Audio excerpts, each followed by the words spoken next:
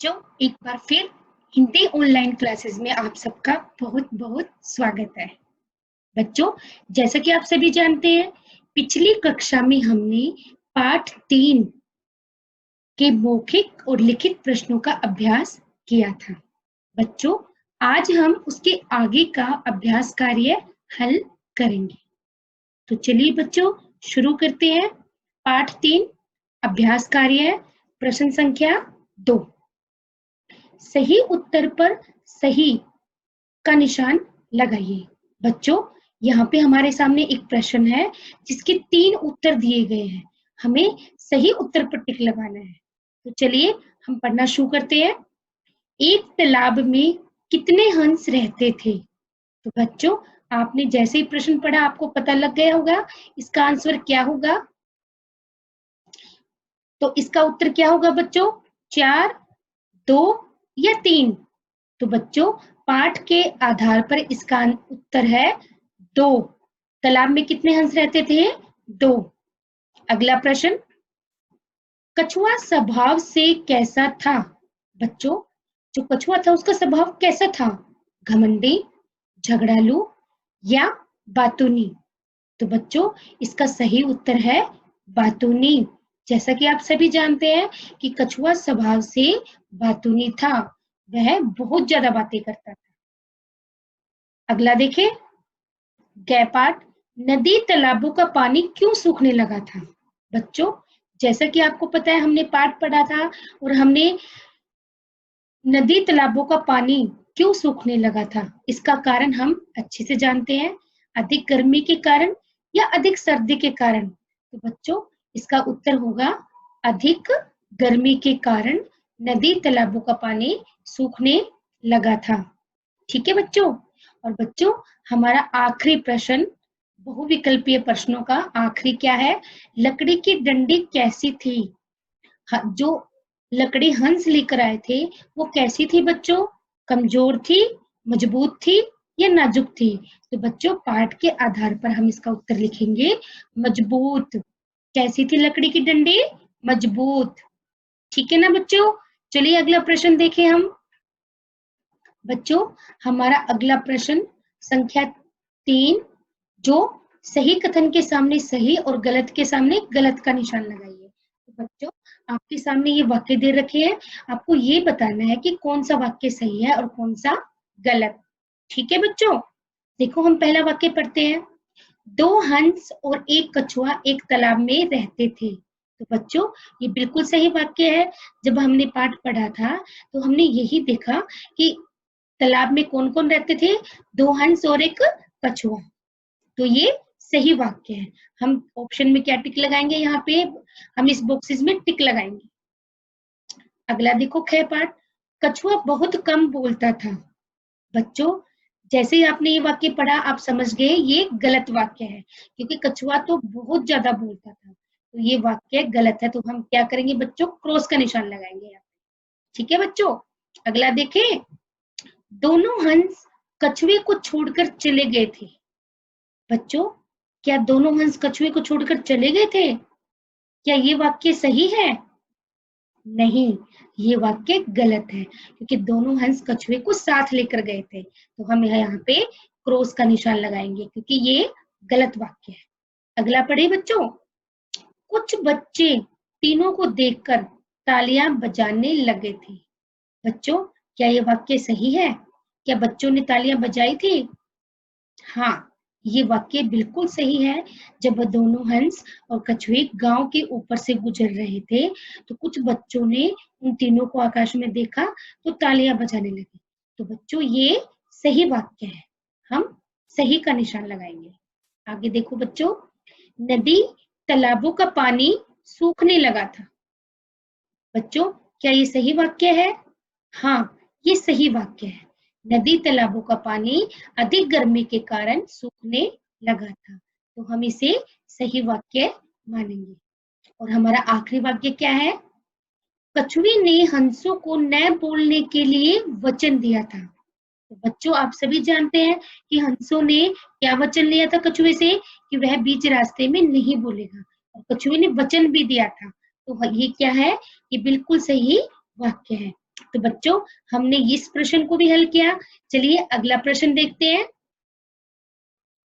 बच्चों अब आ गया है हमारा भाषा ज्ञान, यानी कि अब जो प्रश्न आएंगे वो हमारे व्याकरण से संबंधित होंगे। और पहला प्रश्न हमारा है विलोम शब्द लिखिए। विलोम मतलब अपोजिट शब्द। जैसे कै है, कै का जो शब्द है वो है मित्र। तो बच्चों मित्र का विलोम क्या होगा? शत्रु। दुश्मन भी सही है, आप दोनों में से कोई भी लिख सकते हो, शत्रु या दुश्मन। अगला प्रश्न देखो बच्चों, अगला शब्द हमारा क्या है? अच्छा। अच्छा का विलोम क्या होता है बच्चों? बुरा। अच्छा का विलोम क्या होगा? बुरा। अगला देखो बच्चों, हानि। हानि का विलोम लाभ। क्या लिखेंगे हम हानि का विलोम? लाभ। गर्मी। गर्मी का विलोम क्या होगा बच्चों? सर्दी। गर्मी, सर्दी। ठीक है बच्चों। चलो अगला देखते हैं, सूखा। सूखा का हम क्या लिखेंगे? गीला। क्या लिखेंगे बच्चों सूखा का? गीला। आगे देखो, छोड़ना। छोड़ना का क्या होगा बच्चों? पकड़ना। क्या होगा? पकड़ना। ठीक है बच्चों। चलिए ये हमारे विलोम शब्द हो गए। अब हम अगला प्रश्न हल करेंगे। बच्चों अगला प्रश्न है, आपको विशेषण बताना है। तो बच्चों विशेषण क्या होते हैं? जो संज्ञा के गुण अवगुण के बारे में बताए। गुण का मतलब जो उसके अच्छे के बारे में बताए और उसके बुरे के बारे में भी, कि उसके अंदर क्या अच्छाइयां हैं और क्या बुराइयां हैं।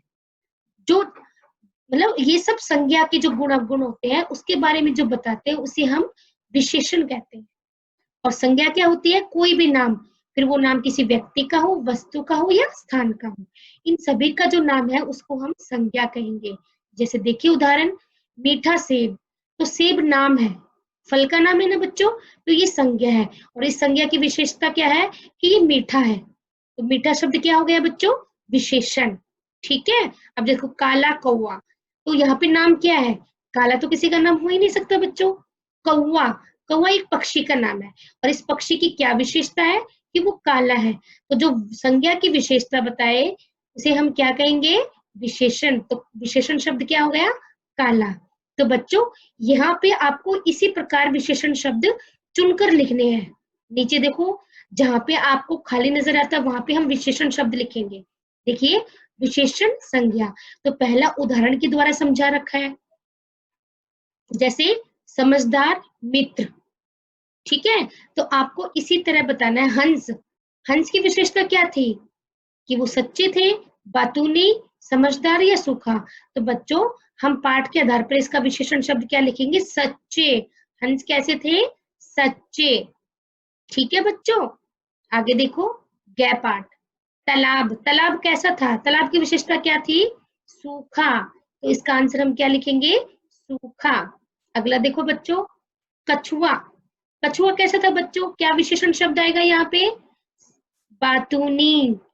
क्या आएगा बच्चों? बातूनी, क्योंकि कछुआ बहुत बातूनी था। तो बच्चों इस प्रकार हमने विशेषण शब्दों को समझकर उनको सही जगह पे लिखा। चलो बच्चों आगे देखें, हमारा अगला प्रश्न क्या है? बच्चों हमारा अगला प्रश्न है कि हमें पहले पढ़ना है, फिर समझना है, फिर हमें दो दो शब्द लिखने हैं। ठीक है। जहां पे आपको खाली इस जगह नजर आ रही है वहां पे हम दो दो शब्द लिखेंगे। कैसे? देखो, आधा न और यह, जब इनको हम मिलाएंगे तो हमारा ये बनेगा। ठीक है, न्य। और इससे हमने क्या शब्द बनाया? अन्य। तो न और यह को मिलाकर आपको और शब्द बनाने हैं। तो बच्चों आप लिख सकते हो कन्या, उसमें भी आधा न और यह आ रहा है। तो जिसमें ये दोनों आए वैसे ही आपको शब्द बनाने हैं। जैसे कन्या, अन्याय, न्याय। इस प्रकार आप यहाँ पे दो शब्द लिखेंगे। तो यहाँ पे हमने लिखा कन्या, यहाँ पे हमने लिखा अन्याय। इस तरह आप कोई भी दो शब्द लिख सकते हैं जिसमें आधा न और यह आता हो। ठीक है। अगला देखिए, आधा स अर्थ है स्थ, इसका हमने बनाया स्थान। स्थान। तो स अर्थ है, आधा स अर्थ है से ही आपको और शब्दों का निर्माण करना है। जैसे राजस्थान, स्थिति, स्थल। इस तरह आप कोई भी दो शब्द लिख सकते हैं। स्थल राजस्थान या और भी कोई शब्द जो आपको आता हो। ठीक है बच्चों, आगे देखो। देखो बच्चों, आधा च और पूरा च हमारा इस प्रकार बनेगा और इसको मिला के हम शब्द बनाएंगे। जैसे बच्चा, तो हम यहाँ पे अगला शब्द क्या लिख सकते हैं, कोई भी जो जिसमें ये दोनों आए, जैसे कच्चा। ठीक है, कच्चा या फिर सच्चा। आप कोई भी वो शब्द बना के लिखेंगे जिसमें आधा च और पूरा च आए, जैसे कि मैंने अभी आपको बताया, सच्चा, कच्चा। ठीक है बच्चों, आगे हमारा बिल्कुल घ की तरह घ है। यहाँ पे हमने च का बनाया था, यहाँ पे हम क का करेंगे। क, आधा क और पूरा क। जैसे मक्का, तो मक्का की तरह और शब्द, जैसे पक्का। और यहाँ पे हम क्या लिखेंगे, चक्की, क्योंकि उसमें भी आधा क और पूरा आता है। तो इस प्रकार हमने दो दो शब्द लिखे, जैसा कि हमें बताया गया था, जैसा कि हमने पढ़ा। तो ठीक है बच्चों, इस तरह आप कोई भी दो शब्द, जरूरी नहीं कि जो मैं बता रही हूँ वही लिखे, आप अपने आप जो शब्द बना सकते हैं, लेकिन उस शब्द का अर्थ होना चाहिए। ठीक है ना बच्चों, आप ऐसे ही कोई शब्द नहीं बनाएंगे, आप वैसे शब्द बनाएंगे जिनका कोई अर्थ हो। चलिए बच्चों, आगे देखते हैं हमारा अगला। आगे बच्चों, हमारे आगे मूल्य आधारित प्रश्न, यानी कि हमारा अभ्यास कार्य जो हमने अभी अभी किया पूरा हो चुका है। अब हम मूल्य आधारित प्रश्न वो होते हैं जिनका उत्तर आपको खुद देना है, सोच कर समझ कर। जैसे कि हमारा पहला प्रश्न है, हमें कम, उचित और सोच समझकर क्यों बोलना चाहिए। तो बच्चों, आपको आपने कहानी पढ़ी बातों नहीं कछुए की, तो उसको पढ़ के आप समझ गए होंगे कि हमें कम क्यों बोलना चाहिए, क्योंकि कभी कभी ज्यादा बोलना हमारे लिए हानिकारक हो सकता है। इसलिए हमें कम, उचित और सोच समझकर ही बोलना चाहिए।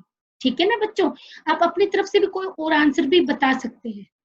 ठीक है बच्चों, लेकिन वो सही होना चाहिए। अगला प्रश्न देखो बच्चों, यदि कछुए की जगह आप होते तो क्या करते, सोचकर बताइए।